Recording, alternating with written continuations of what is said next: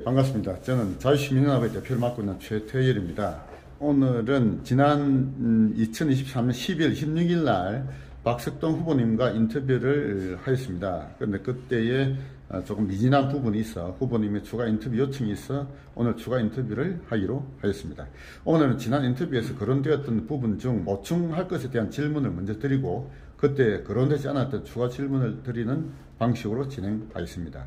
먼저 그동안 후보님이 열심히 선거운동을 아마 하셨을 거고요. 많은 유권자들랑 만났을 건데요. 그러면서 그동안 느꼈던 점 한 가지 정도 먼저 말씀 좀 부탁드립니다. 시민들이 가장 관심을 가지는 부분이 결국 공천 관계입니다.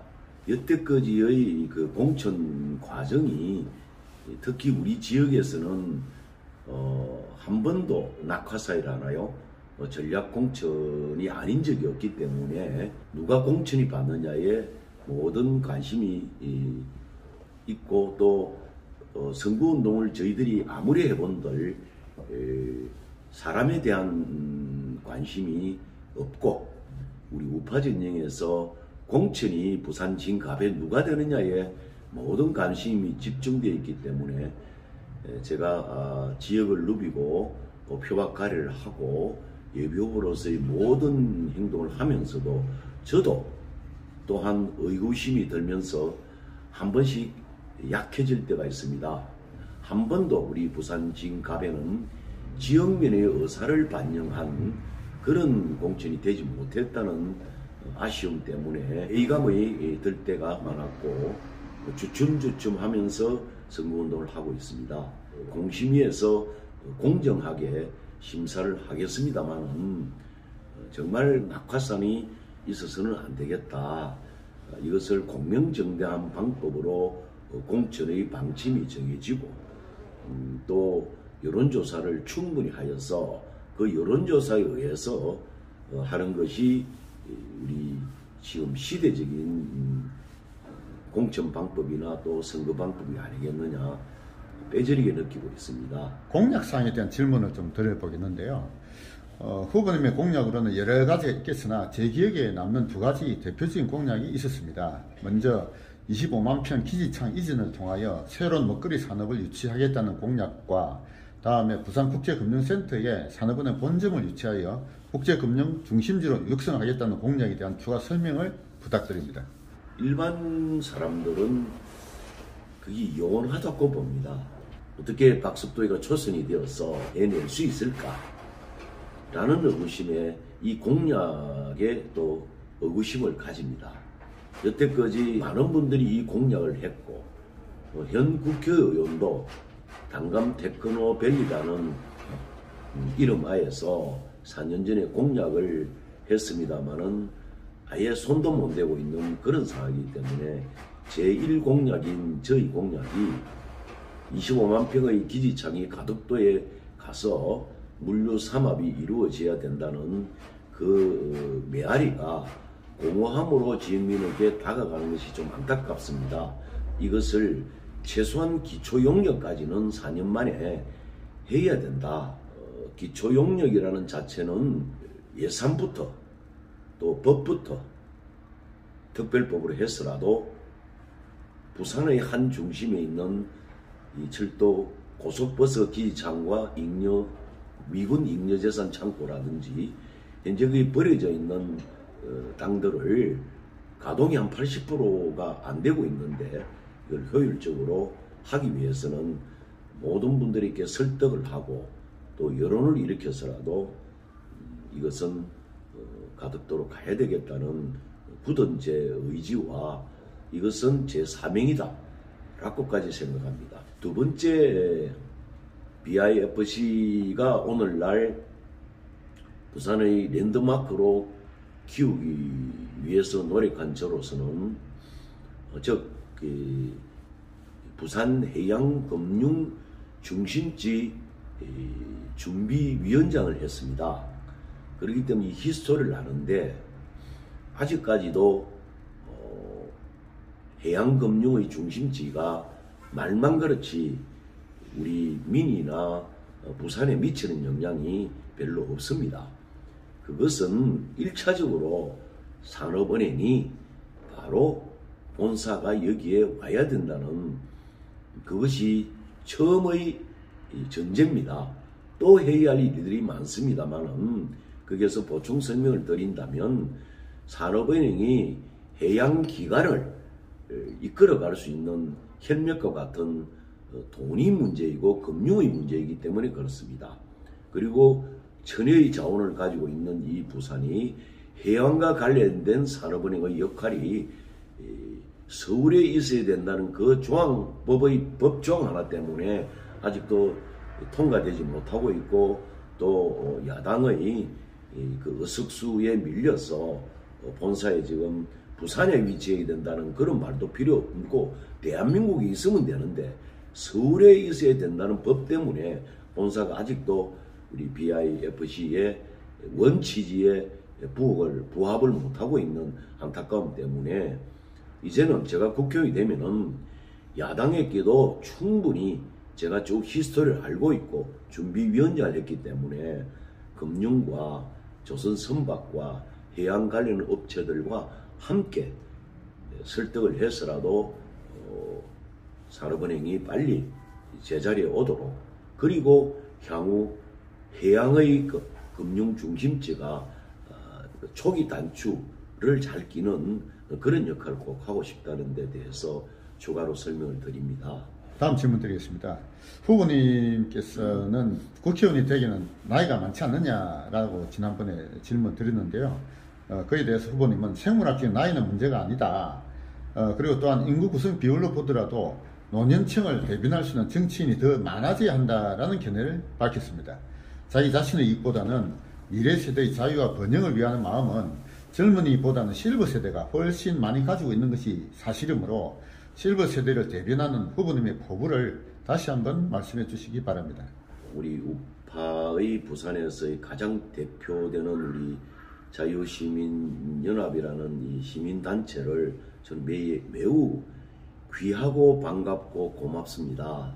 우파가 가지는 그 가치관이 우리의 역사 속에서는 실버 세대가 바로 경험을 했고 실버 세대만이 우리 우파의 가치를 가장 많이 경험을 했고 박정희 시대 때나 그 이후에 문민정부까지를 경험하면서 그 가치를 보존하고 있고 교육시킬 수 있는 그런 지도자들이 있다는 것, 그것이 바로 법으로 연결이 되고 또 경제 발전과 연결이 되려면은 실버 세대가 국회에 더 많이 진출이 돼야 된다는 그런 또 경험과 경륜이라는 것이 바로 우리 삶의 가치관하고 관계가 있다. 또 실버 세대가 그것을 몸소 경험하면서 교육을 받아왔기 때문에 실버 세대가 더 국회의원이 좀 더 많아야 된다. 실버 세대가 지금 없어지면은 바로 386, 586들이 지금처럼 이렇게 판을 치는 그런 세대가 매우 염려스럽기 때문에 실버 세대가 오히려 더 많이 의회에 진출이 되어야 되지 않느냐. 후보님은 지난 인터뷰에서 다수의 대중이 의사결정을 하는 데모크라시보다는 소수의 귀족적 마인드를 가진 집단 지도 체제인 아리스토크라시를 보다 선호하는 자세를 보였습니다. 후보님이 말씀하신 귀족이란 어떤 인물을 뜻하는 것인가요? 어떤 계급적인 귀족을 얘기하는 게 아닙니다. 그 마인드에는 우리 사회에서 가장 중요한 책임감 문제이고 또 제가 지금 캐치프레이스로 내세웠던 걸음이 되겠습니다의 그 내용이 있습니다. 걸음은 기족적인 마인드를 가져야 할 걸음이 된다. 그럼 그게 뭐냐면 자기 희생, 자기 헌신입니다. 우리가 지향해야 할 자유 번영을 가지려면 기족적인 마인드가 필요합니다. 다음 질문 드리겠습니다. 대한민국은 2차 대전 이후에 산업화와 민주화 두 가지를 모두 성공시킨 유일한 국가로 평가되고 있습니다. 대체로 산업화는 주로 우파가, 민주화는 주로 좌파가 주도하는 것으로 알려져 있습니다. 좌파 정치인들은 젊었을 때 민주화운동을 하는 것에 대단한 자부심을 가지고 있으며 그에 대한 보상을 위한 각종 법을 제정하였습니다. 좌파가 하였다고 하는 민주화운동이 과연 법으로 보상받을 만한 가치가 있는 의미 있는 운동이었다고 평가받아야 할까요? 80년대 그때에 저는 예비군이 막 생겼을 때 제일모직 중대장을 했기 때문에 그때에 그 소위 그 넥타이 부대가 그 서울시청에서 남대문까지 그 전두환 독재 정권 타파의 그런 시절이 있었습니다. 결국은 장충 체육관 대통령이 탄생되는 일은 생기지만 많은 또 희생적인 민주화 운동이 있었습니다. 그것은 독재 체제를 비판하고 그거를 무너뜨리기 위한 민주화 운동은 좀 회비적으로 봐서는 굉장히 큰 의미가 있다고 보았습니다.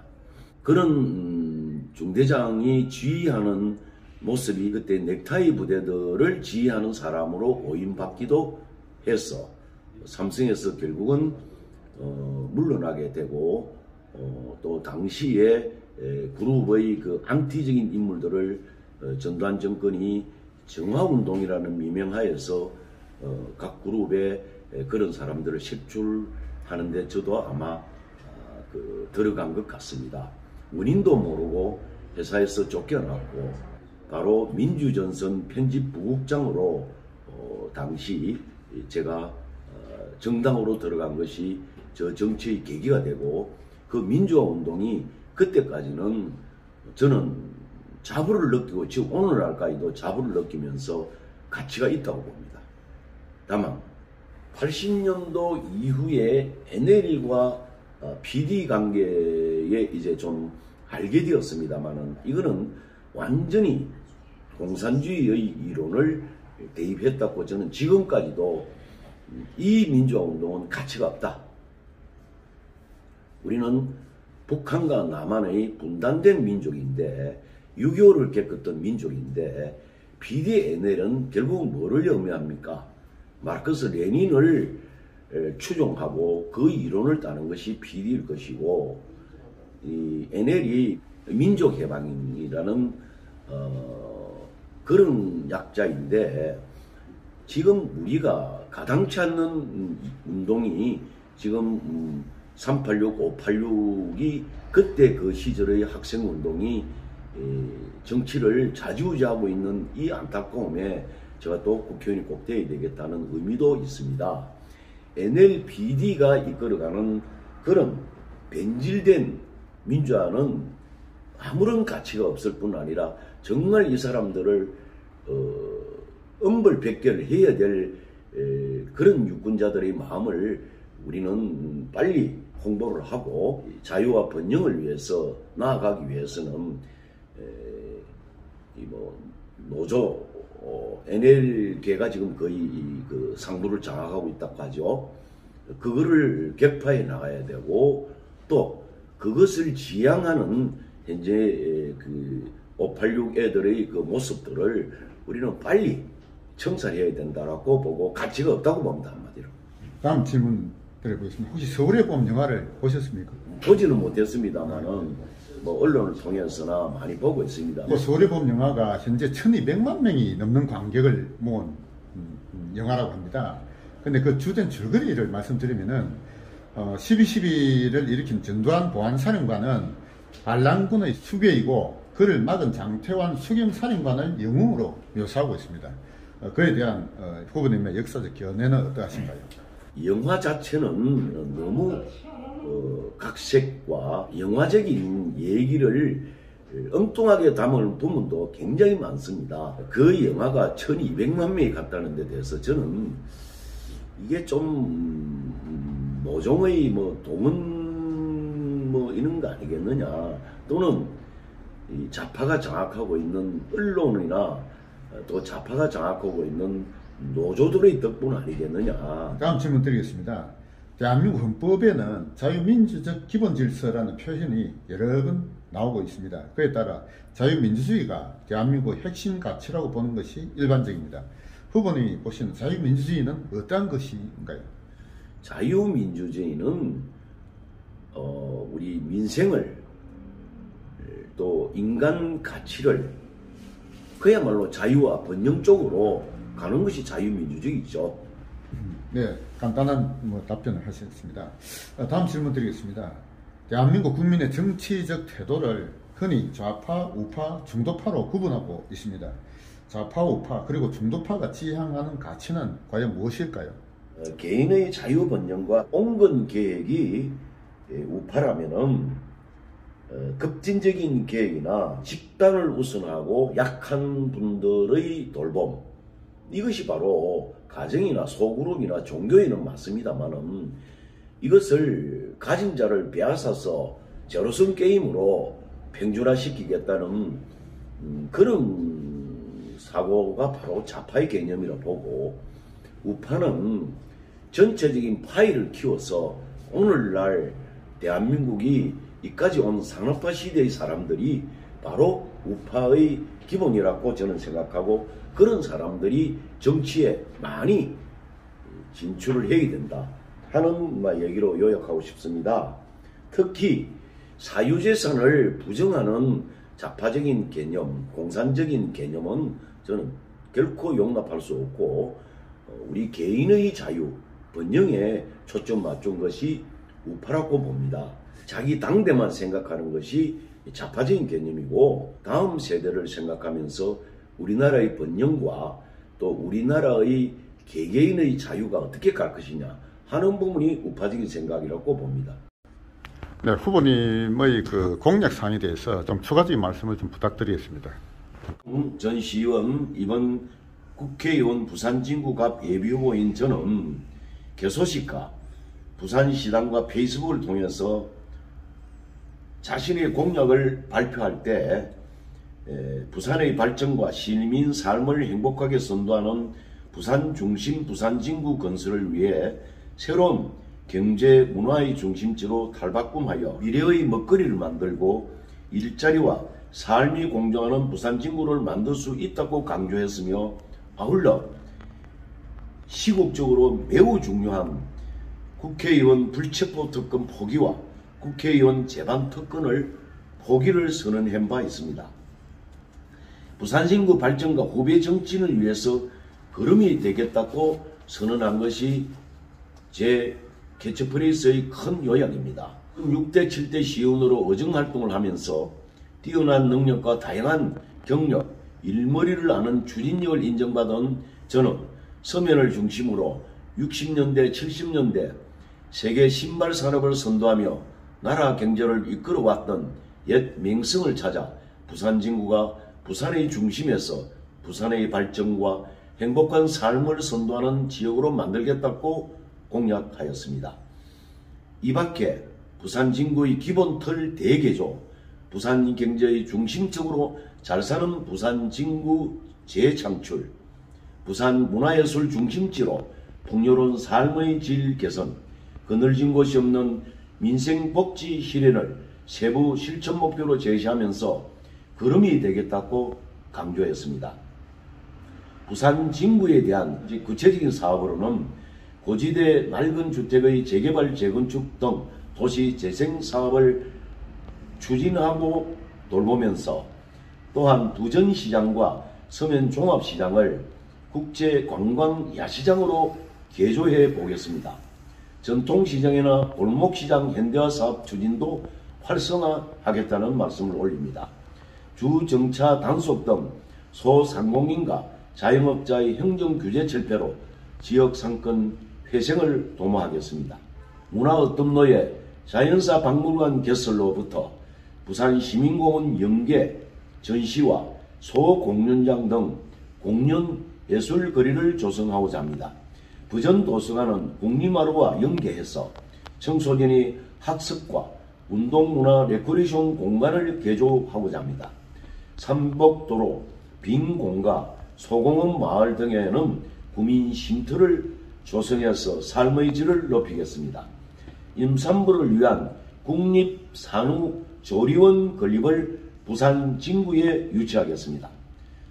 제1공약과 마찬가지로 4차 산업기지 유치로 청년 일자리 창출에 심혈을 기울일 것을 다짐하면서 청년 취업 사관학교를 동시에 4차 산업기지 장소인 철도 기지창 이전에 반드시 이룩하겠습니다. 지방의원 친환경 최우수상, 대한민국 위민의정대상, 공약 이행을 평가하는 지방의원 매니페스토 약속 대상 등 2014년 초선 때 3개상을 동시에 수상하는 유일의 부산 시의원이었습니다. 언론의 찬사를 받고 지방의원 상관함으로 의정활동 전국 1등 의원으로 지역 당협 사무실 문턱을 확 낮추는 그런 경험을 이룩 하도록 하겠습니다. 객이 없는 대화를 나누고 구민의 소리를 들으며 부산 진구에 사는 것이 자랑스럽고 부산 진구미라는 자긍식을 가질 수 있도록 부산 중심의 자존심을 되찾고 희망과 용기를 불어넣는 국회의원이 되겠다는 당창 포부를 한 번 더 밝혀주며 특히 지방의원 공천권을 지역 주민에게 돌려주고 철저한 공개 추천으로 사천을 배제하는 것이 인사의 첫 번째임을 강조했고 앞으로는 변함없는 저희 국회의원이 되고자 하는 이유 중의 하나이며 후배 정치인에게 본을 보이고 한 번을 하는 한이 있더라도 제대로 된 모습의 국회의원이 되겠습니다. 마지막 질문을 드리도록 하겠습니다. 이제 총선이 불과 3개월 앞으로 다가왔습니다. 총선 승리를 위한 후보님의 각오를 다시 한번 말씀 부탁드립니다. 낙하산 공천이 있든 말든 저는 민심을 살피고 또 악착같이 이 지역 여론을 일으켜서 전략공천이라는 이 지역의 이 멍해를 저만이라도 벗기고 싶은 각오로 제가 반드시 공천이 될 수밖에 없도록 열심히 노력하고 제가 가진 모든 경륜과 또 사고를 이번 선거를 치르면서 전달하면서 지지를 얻어내겠습니다. 저는 전략공천 된 분을 어떤 가점을 주는 한에 있더라도 뛰어넘는 지지도를 얻기 위해서 남은 3개월 당선을 위해서 그냥 매진할 것입니다. 그 매진은 일일이 모든 사람에게 저희 명함과 저희 살아온 길을 설파하면서 지지를 유도해내겠습니다. 그리고 반드시 민주당에게 이기는 전략을 가져가겠습니다.